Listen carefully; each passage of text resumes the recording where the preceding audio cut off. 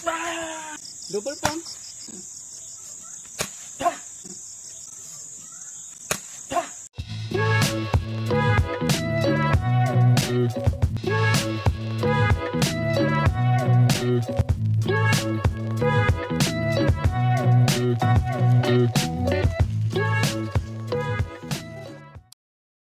Kamusta mga idol? Welcome and welcome back to Sonjetsu. At ngayon ay gagawa tayo ng punching bag. Yari sa buhangin or gawa sa buhangin. Ayan o. No? Pinong buhangin. Pero ito mga idol ay gagawin nating punching bag na matigas para sa pangpamanhid ng mga suntok at siko, mga tuhod, sipa. Yan. Ayan kaya.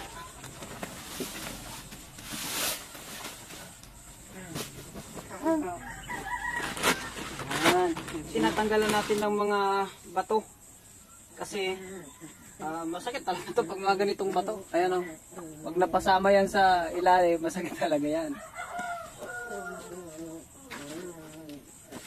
Bali, 4 po na sako ang dudoblehin natin para medyo matibay naman pag binitin natin yung punching bag kasi mabigat ito eh.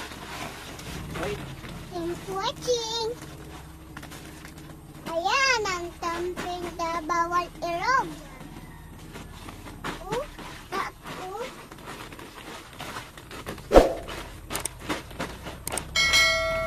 Yan, diba? Okay ngayon mga idol, ay itali na natin yung sako na may lamang pera. Ay, buhangin pala.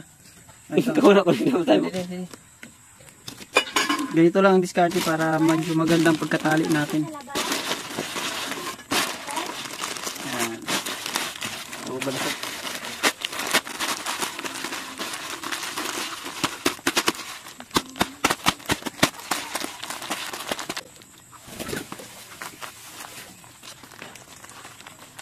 Lagyan natin ng goma o yung ginupit na interior. Ito, nilagyan natin ng plastic para hindi siya mabasa kapag umuulan, para matagal-tagal siya bago mabulok. Ito mo ko.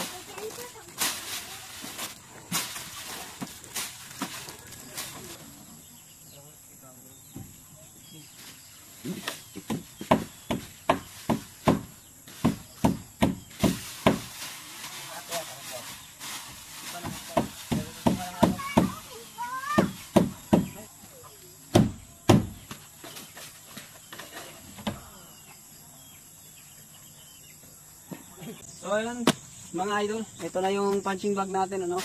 At ang purpose nitong plastic na ito ay para hindi siya mabasa kapag maulan. Siyempre, diba?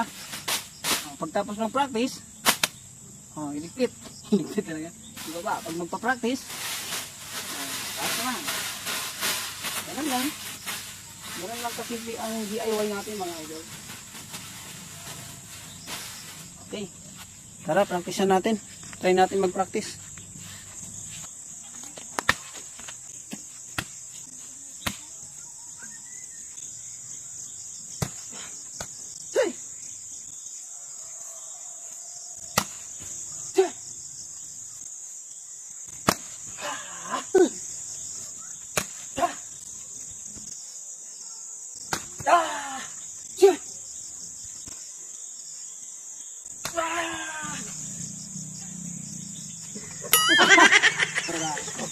Importante makita rin yung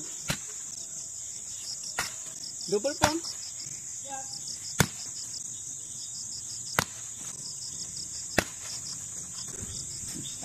Tapos na tayo mga idol sa paggawa ng punching bag.